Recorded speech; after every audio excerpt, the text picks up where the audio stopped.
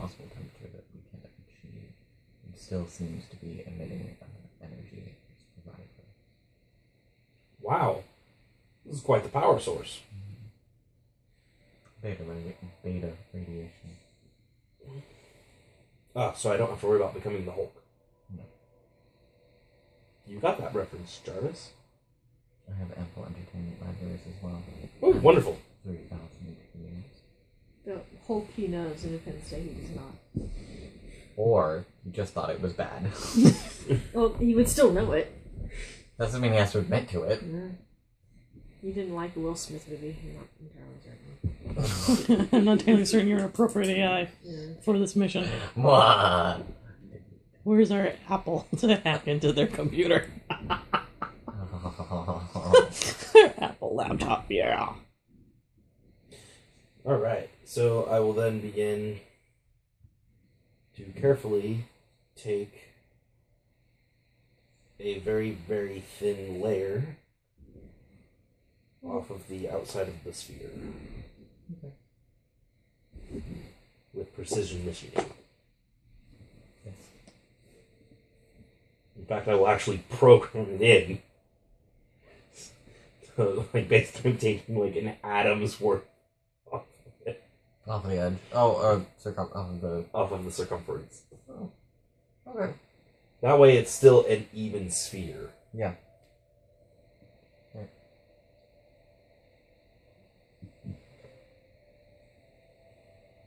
So the machine basically comes up, takes it off in 2 seconds. Hemispheres. Yeah. Hemispheres. So I have 2 hemispheres that are, like, paper thin. Mm-hmm. And then the remaining sphere chunk there. I'm just like, excellent. Excellent. So I'm going to take one to this side and one to this side so I can run 2 different tests at the same time. Okay. This one I'm going to heat up to 5,000 Kelvin. The other one, I'm going to eat. And then pee on it. Yes, that's fine. In that order. Yes. In that order.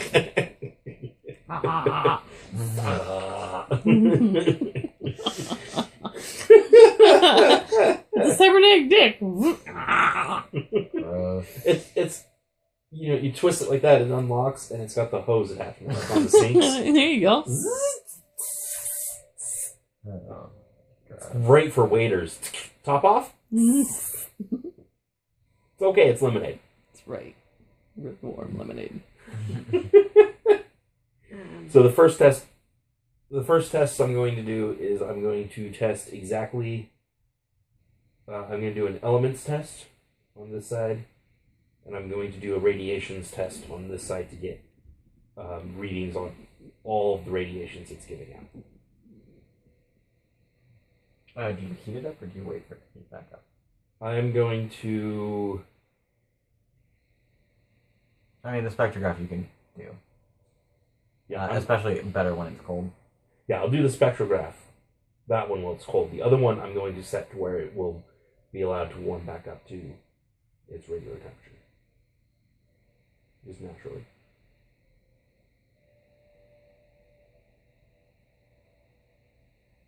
Actually, it might be better to do the radiation test while it's also still cold.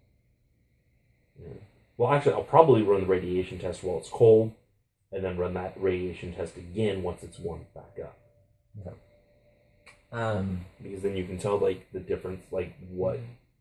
You get a better idea of how the elements are interacting. Yes. So you set the spectrometer to go. It'll take a while. And then you start the monitoring on the radiation test. There's a whoosh behind you, and a panel has opened up, and Jarvis has extended some data monitors. Wonderful. Some con bracelets. Communication bracelet. Put on the bracelet. Excellent. Thank you, Dragon.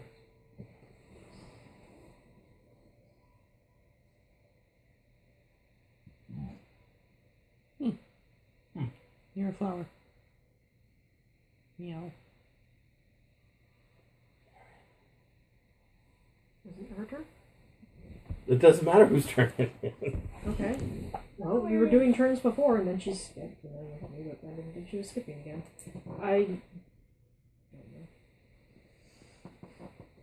I had my epiphany. I was pretty proud of that. I can turn the monolith into a bomb and send it back. Yeah. And then all we have to do is wait for the fucking thing to land. And if we make it radiation resistant, then we only have to worry about stopping it from putting out radiation once it's in the atmosphere. Once it lands. Well, yeah, but if we catch it in the atmosphere before it lands in our ship, then we don't have to worry about it touching down at all. That's a pretty bold plan. That is very bold. I like it. Yeah, Yeah. that's kudos. Kind of hot. Nice. Get to work with your planning. Okay, I'll print out schematics and do math on them. Are you going to? Cortez was meant to follow and recover the probe. It already has docking points on it. Yeah, it does. Oh my god. What? You actually don't need to modify the ship to do this. Oh, shit. That means you just. The monolith class is a little bigger, Mhm. so it won't fit in the bay, but that's fine. It'll be close enough that you guys can work on it from the inside of your ship. Oh yeah.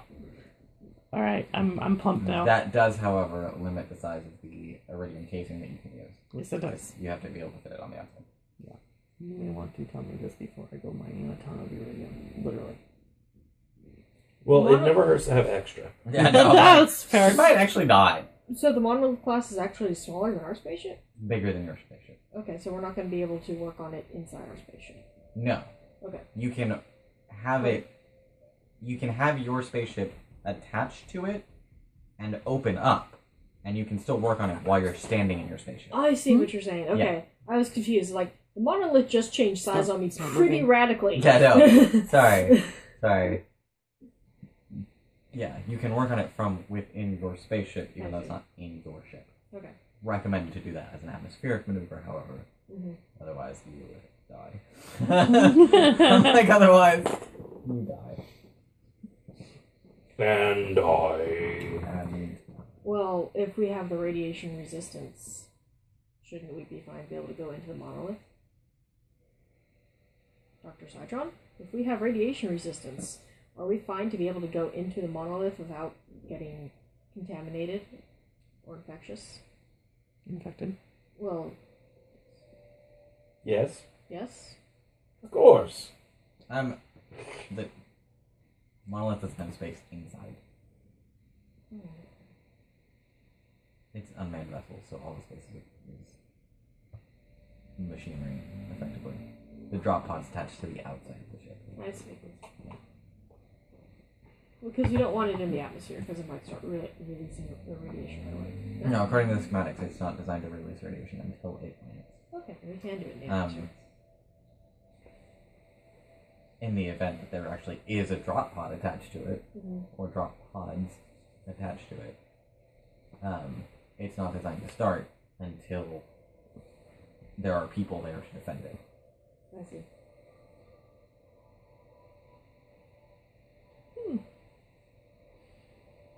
Alright, so I think that this maneuver needs to happen before the monolith even lands. The best place for that would be in the lower atmosphere. So whatever you do, it needs to be able to fit on our ship so we can take it up to the monolith. Are you watching me? Alright, however I'm communicating with you. That's a thing. Done. Cool. Captain Naomi Nesmith. Captain Nesmith. Yes. Oh, right. Okay. I've shown you a few things. So you don't want me to have a metric ton of iridium bomb on this thing? I think that would make working conditions on our ship very uncomfortable for a number of reasons. Jarvis! Yes, come on. How must I adjust this to make the biggest bomb possible fit on the monolith while it's working on our ship? I'll forward you schematics. Yes, Terry, let us go. Okay. Where's Dr. Cyclone going? He's in the lab working on stuff. It was very similar to how he was before we were without lab. We can expect him to stay there now that it's the only lab he has access to. He's doing science. He loves him some science. Yeah, he really does. Timothy! Where is that voice coming from? Oh, also, can I have a watch? I'll take it to Dr. Citron. And give Broseph a watch. Give Broseph a watch. Broseph. You are the one with Broseph. She's already Yeah, left. I'm on. Oh, Yeah, so I did you can't. leave us with watches? No. Jarvis, Yes. are there any other risk communicators? Our panel pops out. Alright, I take... Thank you. I appreciate this. I attach Each one of them was once coded for a specific crew member. Presumably that's no longer the case. Well, you are the crew member. Yeah, we are. That sounds super creepy and ominous. Jarvis, you are no longer allowed to be subtly threatening.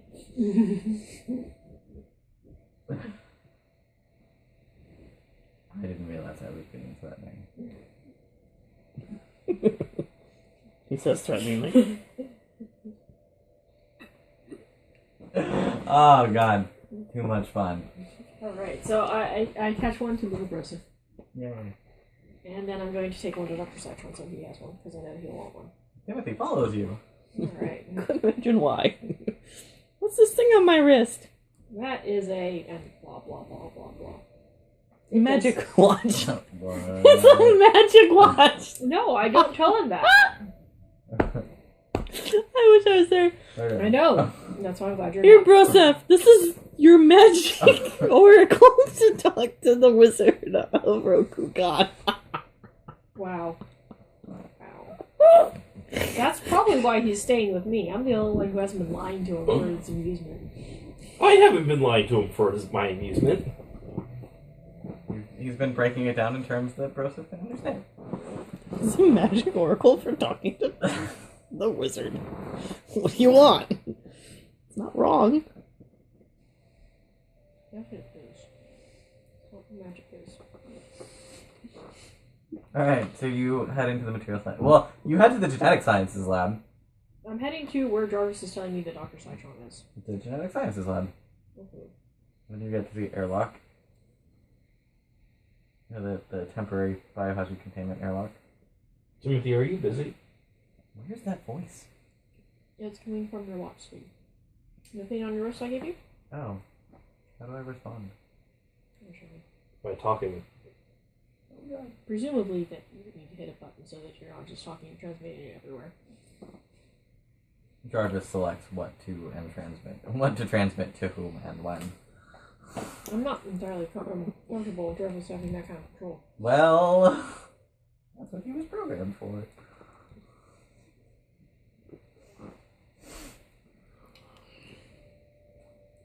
You're all making the evilest computer.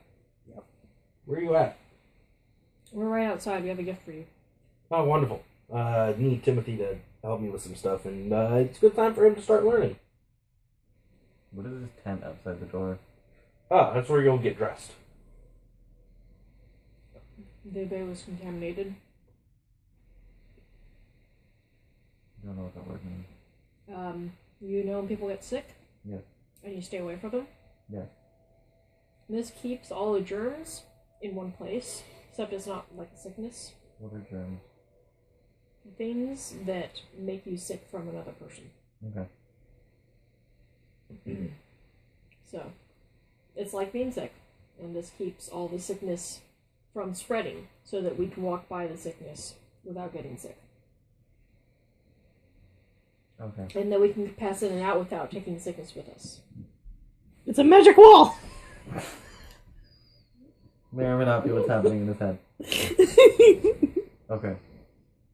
We can clean the sickness off of us, and it physically prevents the sickness from leaving. No more magic. Gotcha. You're making this real hard on me, Joseph. That's what it sounds like.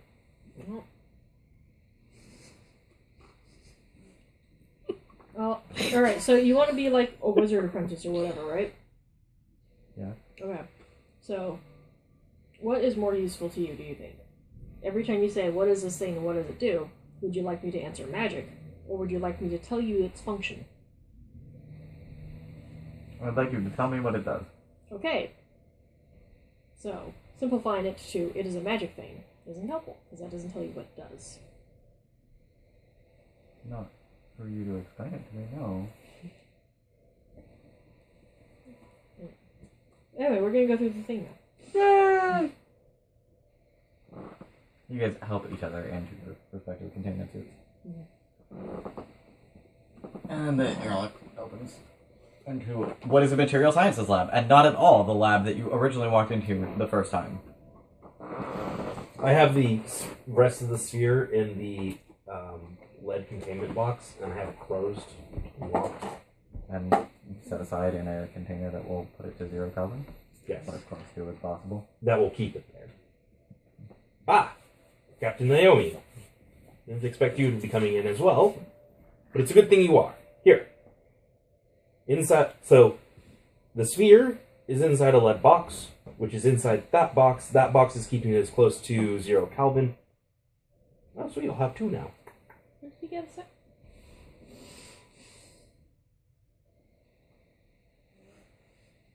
Wrap another one around your Have another one around your throat, motherfucker. Well, in case one arm falls off. That's something that could happen. That's actually legit. Well... Or if, oh, hey, Jarvis, could I use this to better remote control my arms? If you would like me to be able to take control of your own internal frequencies. In the case of any dire emergency, and it will save my life, yes. Your arm's gonna rocket off of you and then turn around, then come back and grab your other arm and then pull you out of the water. I'm gonna say that really doesn't make all that much sense. I fall down a hill, land in water, I'm like knocked unconscious, sinking, and all of a sudden my arms just start swimming. Drags me out. You guys see me crawl out, and then you come over, you look, and I'm unconscious. You're like, what the fuck does he do that when he's unconscious? Oh shit, he's a zombie! Shoot him then!